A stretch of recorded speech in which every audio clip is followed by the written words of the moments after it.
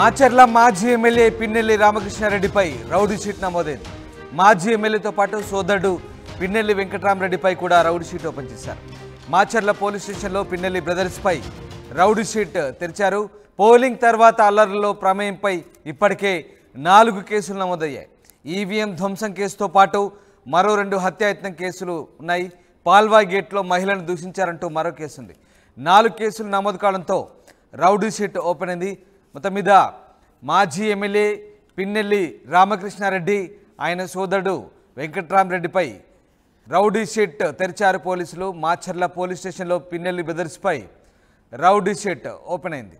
Polling తర్వాత అల్లర్లకు సంబంధించి ఆయన ప్రమేయం నిర్ధారణ కావడంతో 4 కేసులు నమోదయ్యాయి.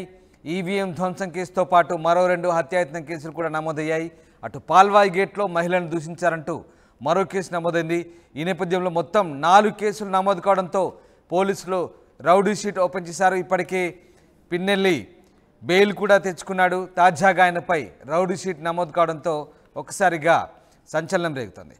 మా ప్రతినిధి రామారావు జాయిన్ అవుతున్నారు. రామారావు, పిన్నెల్లి బ్రదర్స్పై రౌడీ షీట్ ఓపెన్ అయినట్టుగా తెలుస్తుంది. దీనికి సంబంధించిన అప్డేట్స్ ఏంటి? పిన్నెల్లి రామకృష్ణారెడ్డి ఆయన సోదరుడు వెంకటరామరెడ్డిపై మాచర్ల పోలీస్ స్టేషన్ లో రౌడీ షీట్ ఓపెన్ అయింది. దీనికి సంబంధించి ప్రధానంగా ఎలక్షన్ రోజు, ఎలక్షన్ తర్వాత జరిగినటువంటి ఘటనలో ఇద్దరు మీద, పిన్నెల్లి సోదరులు ఇద్దరి మీద కూడా వరుస వెంబటి కేసులు నమోదైనటువంటి పరిస్థితి ఉంది. ప్రధానంగా దేశవ్యాప్తంగా సంచలనం సృష్టించిన ఈవీఎం ధ్వంసం. పిన్నెల్లి రామకృష్ణారెడ్డి పోలింగ్ బూత్ లోకి వెళ్లి ఈవీఎం ధ్వంసం చేశారు. సో దీనికి సంబంధించి కేసు నమోదైంది. అలాగే ఈవీఎం ధ్వంసాన్ని అడ్డుకున్నటువంటి టీడీపీ ఏజెంట్ నంబూరు శేషగిరిరావుని ఆయన బెదిరించడం జరిగింది. దీని మీద కేసు నమోదైంది 307 సెక్షన్ కింద. అలాగే అక్కడ ఒక మహిళని దూషించారు. ఎందుకు ఈ విధంగా చేస్తున్నారని అడిగిన సమయంలో మహిళను కూడా బెదిరించడం జరిగింది. సో దీని మీద కేసు నమోదు చేశారు. తర్వాత ఏదైతే పోలింగ్ తర్వాత కూడా కారంపూడిలో భారీ స్థాయిలో అర్రలు జరిగాయి. సిఐ ఎవరైతే నారాయణ స్వామి ఉన్నారో నారాయణ స్వామి మీద కూడా దాడి జరిగింది. ఈ దాడిలో ఆయన గాయపడ్డారు. అలాగే కారంపూడి అల్లర్లలో వందల సంఖ్యలో కర్రలు, రాడ్లు పట్టుకొని దిగడం, తిరుగుతూ రోడ్ల మీద జనాన్ని భయప్రాంతాలకు గురి చేశారు. అలాగే అక్కడ టీడీపీ కార్యాలయాన్ని కూడా ధ్వంసం చేయడం జరిగింది. సో వీటన్నిటి మీద కేసులు నమోదైనటువంటి పరిస్థితి ఉంది. ఈసీ సీరియస్ అవడంతో వీటన్నిటి మీద కేసులు నమోదు చేశారు. ఈవీఎం ధ్వంసం కావచ్చు, అలాగే ఇతర కేసులు 307 సెక్షన్ తో పాటు రామారావు ఒకసారి మీరు అలాగే లైన్ లో ఉండండి. ఈ రౌడీ షీట్ కి సంబంధించి ఎమ్మెల్యే జూలకంటి బ్రహ్మానాయుడు స్పందించారు. ఒకసారి చూద్దాం. ఎక్కడా కూడా ఘర్షణ వాతావరణాన్ని కోరుకోవటం లేదు. అడపాదడప ఇక్కడ వైసీపీ నాయకులు వెనకటి బుద్ధి మార్చుకోలేకుండా రెచ్చగొట్టే కార్యక్రమాలు చేస్తున్నారు. చేస్తే మాత్రం ఖచ్చితంగా ఫలితం అనుభవిస్తారని చెప్పేసి కూడా ఈ సందర్భంగా హెచ్చరిస్తా ఉన్నారు. ఆతు పార్టీగా పేరు పెట్టుకున్న ఈ పార్టీ ఈ నియోజకవర్గంలో అనుపు లిఫ్ట్ ఇరిగేషన్ ప్రాజెక్టులో గానీ జరివాగు లిఫ్ట్ ఇరిగేషన్ పూర్తిగా మూలబడేశారు. అలాగే మరి పేట సన్నగళ్ల దగ్గర లిఫ్ట్ ఇరిగేషన్ ప్రాజెక్టు మూలబెట్టారు. డబ్బులుండి కూడా ధర్మవరంలో మరి ఆ ప్రాజెక్టుని మూలబెట్టారు. అంటే ఇతనికి సంపాదన మీద ఉన్న దృష్టి అభివృద్ధి మీద లేదనేది స్పష్టంగా అర్థమవుతా ఉంది. మరి మొన్న ఈ శాసనసభ్యుడు ప్రకటించాడు, ఓడిపోతే శాశ్వతంగా రాజకీయాల నుంచి తప్పుకుంటాను అని చెప్పేసి. మరి అతనికి మాట తప్పటం, మడమ తిప్పటం అనేది మరి అలవాటు.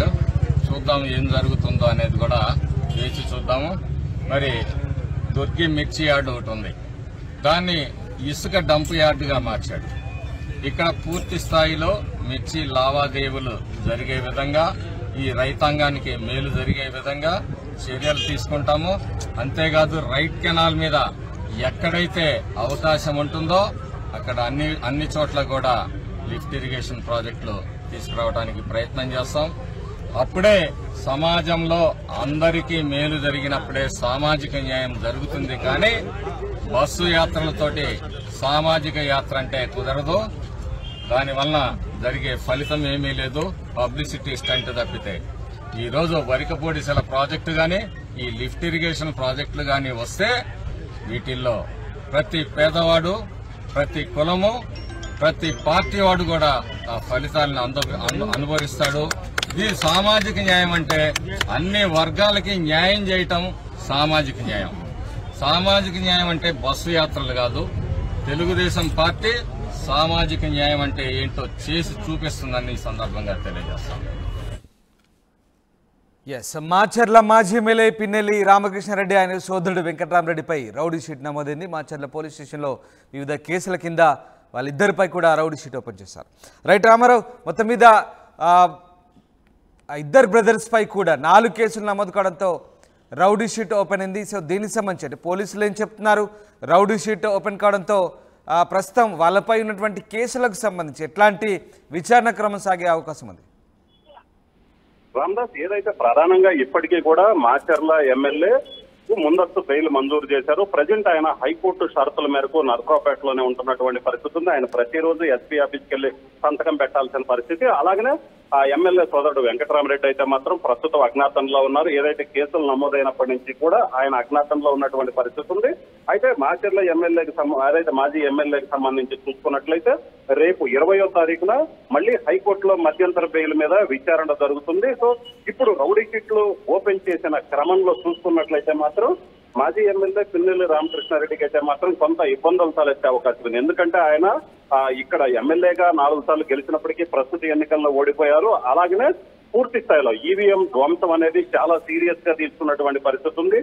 వెబ్ కెమెరాలో కూడా క్లియర్ గా రామకృష్ణారెడ్డి ఈవీఎం ధ్వంసం చేస్తూ విజువల్స్ రికార్డ్ అయినటువంటి పరిస్థితి ఉంది. దీని మీద ఈసీ కూడా సీరియస్ అయినటువంటి పరిస్థితి ఉన్న నేపథ్యంలో ఖచ్చితంగా ఆయనకైతే మాత్రం కొంత ఇబ్బందులు తప్పవు అనే మాట అయితే వినిపిస్తుంది. న్యాయ నిపుణులు కూడా, ఎందుకంటే కంటిన్యూగా వరుస వెంబడి ఘటనలు చోటు చేసుకున్నాయి, విధ్వంసాలు చోటు చేసుకున్నాయి. సో వీటన్నిటి మీద కేసులు నమోదవడం 307 సెక్షన్ లో కూడా 2 కేసులు నమోదయ్యాయి. అలాగనే సిఐ నారాయణ స్వామి మీద కూడా ఏకంగా దాడికి సంబంధించి ఆయన ఫిర్యాదు మేరకు కూడా కేసు నమోదు చేయడం జరిగింది. సో విధి నిర్వహణలో ఉన్నటువంటి పోలీసు మీద దాడి జరగటం. సో వీటన్నిటి క్రమంలో అయితే మాత్రం ఇప్పుడు తాజాగా ఇవన్నీ రామకృష్ణారెడ్డికి ఇబ్బందులు ఉన్నప్పటికీ కూడా ఇప్పుడు మళ్ళీ రౌడీ షీట్ పిన్నెల్లి బ్రదర్స్ ఇద్దరి మీద రౌడీ షీట్ ఓపెన్ చేయడం అనేది అయితే మాత్రం పల్నాడు జిల్లా కాదు, ఉమ్మడి గుంటూరు జిల్లా కూడా సంచలనం సృష్టించిందనే చెప్పుకోవచ్చు. ఎందుకంటే ఇక్కడ జరిగినటువంటి విధ్వంసాలు కావచ్చు, అలాగనే ఇక్కడ జరిగినటువంటి దాడులు కావచ్చు, రాష్ట్ర వ్యాప్తంగా సంచలనం సృష్టించినటువంటి పరిస్థితి ఉంది. సో ఈ నేపథ్యంలోనే పోలీస్ శాఖ దాడులను సీరియస్ గా తీసుకుంది. మరొకసారి ఇలాంటి దాడులు కానీ ఇలాంటి దాడులకు పాల్పడాలంటే భయపడే విధంగా ఉండాలని కూడా ఎస్పీ మల్లికా గారు హెచ్చరించినటువంటి పరిస్థితి ఉంది. సో ఈ నేపథ్యంలోనే నిజంగా సీరియస్ గానే యాక్షన్ తీసుకున్నారు పోలీసులు. మళ్ళీ ఇలాంటి ఘటనలకు పాల్పడే వాళ్ళు భయపడాలి. ఎందుకంటే ఇలాంటి ఘటనలు మళ్ళీ రిపీట్ అయినట్టయితే సమాజంలో శాంతి భద్రతలు అనేది అదుపులో ఉండవని పోలీసులు భావించినటువంటి పరిస్థితి ఉంది. సో ఈ నేపథ్యంలో పల్నాడు ఎస్పీగా మల్లికా గారికి వచ్చినప్పటినీ కూడా చాలా సీరియస్ గా యాక్షన్ తీసుకుంటున్నారు. సో ఈ నేపథ్యంలోనే చాలా మందిని గొడవలకు పాల్పడ్డ వాళ్ళందరినీ అరెస్టు చేసి రాజమండ్రి సెంట్రల్ జైలు, గుంటూరు జైలుకి, అలాగే నరసరావుపేట జైలుకి తరలించడం జరిగింది. ఈ నేపథ్యంలో ఇద్దరి మీద రౌడీ షీట్లు ఓపెన్ చేయడం ద్వారా ఒక క్లియర్ మెసేజ్ అయితే పంపినట్టు తెలుస్తుంది. ఎందుకంటే ఇంకెవరైనా సరే, ఏ స్థాయి వ్యక్తి అయినా సరే అల్లర్లకు పాల్పడ్డా, గొడవలకు పాల్పడ్డా ఉపేక్షించేది లేదు. పోలీస్ శాఖ అయితే మాత్రం గొడవలను చాలా సీరియస్ గా తీసుకుంటుందన్న ఒక మెసేజ్ అయితే మాత్రం పబ్లిక్ లోకి బలంగా పంపించాలి. ఎవరైతే గొడవలకు పాల్పడే వాళ్ళు, గొడవలు చేయాలని ఆలోచించే వాళ్ళు ఉన్నారో వాళ్ళందరికీ ఒక మెసేజ్ పంపించాలని పోలీసులు బలంగా భావించారు. ఈ నేపథ్యంలోనే అల్లర్లకు ప్రధాన కారణం అల్లర్లు చేసినటువంటి పిన్నెల్లి బ్రదర్స్ మీద రౌడీ షీట్ ఓపెన్ చేయడం అనేది అయితే మాత్రం ఒక సంచలనంగానే చెప్పుకోవచ్చు. Ramdas, right, thanks for the update Ramarao. ఇది మొత్తం మీద మాచర్ల మాజీ ఎమ్మెల్యే పిన్నెల్లి రామకృష్ణారెడ్డిపై అయితే రౌడీ షీట్ తెరిచారు. మాజీ ఎమ్మెల్యేతో పాటు ఆయన సోదరుడు వెంకటరామరెడ్డిపై కూడా రౌడీ షీట్ ఓపెన్ అయింది మాచర్ల పోలీస్ స్టేషన్లో.